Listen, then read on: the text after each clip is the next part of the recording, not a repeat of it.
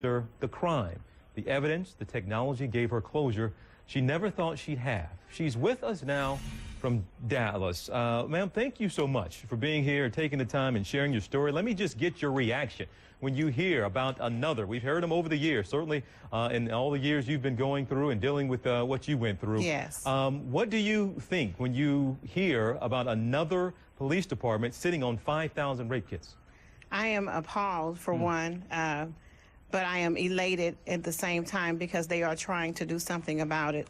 Just as you shared about my case, I am excited about what happened with my case being solved after 20 years, because it was definitely a horrendous journey for me to be on, not knowing who my perpetrator was that violated me on that night. What have you found over the years? And you've been an advocate for this for several years now. Yes, what have you found are the reasons you hear from police departments about why they are sitting on these backlogs and why these test kits are not essentially tested? You hear many reasons, TJ, but to be quite honest, there is no valid reason, if you ask me. But most of it I've heard lately is the funding for the kits to get tested. I hear that there are a little bit over 1,000 to get tested, like mine was. And it's, to me, it shouldn't even be an issue, especially with children. I was a child. I was 13 when this heinous crime happened to me. And they shouldn't have put a price tag on my sanity and on my well-being as a child growing up in America. And I'm not even sure if you can put it into words, but how offensive is it to hear that after a young woman goes through something as traumatic as a rape, to hear that, oh, yes, we can't follow up because of a financial issue. It's just not worth it financially to us. We can't pay for it. You're right. I can't put it into words. I was devastated. I read an article a couple of weeks ago in Texas about some victims were actually getting sent bills from the hospitals for taking their SANE exams. And that was devastating to me.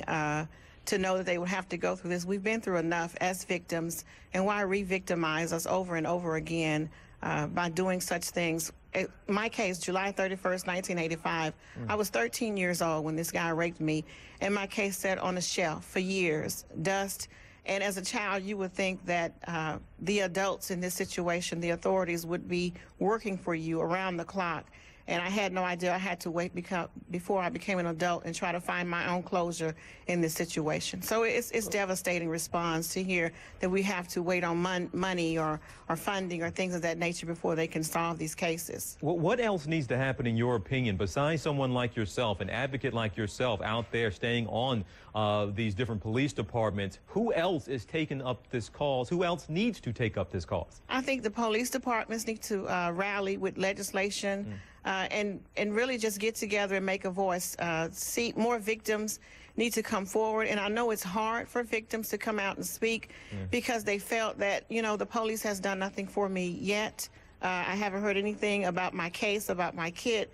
But we still need to speak up as victims. The reason I do this is not for me, it's for other victims, because I know the life I lived as a victim for so long, and I feel the pain of other victims, and I want them to get some sort of closure. So we need to get together as victims with the police departments and rally legislation at finding the funds to have these rape kits tested. Well, Lavinia Masters, ma'am, I am so glad you could come on and share your perspective. I'm glad for you to have me here. Thank you so much, and by all means, please stay in touch with us and follow up with us, and make sure we follow up as well, ma'am. Okay. Thank you so much. Thank you, TJ. Well, many of you have heard this before, but any day now, Senate Majority Leader Harry Reid will unveil his health care reform plan, and floor debate will begin. Well, the holdup is a sign-off from the CBO, the Congressional Budget Office, essentially vouching for Reid.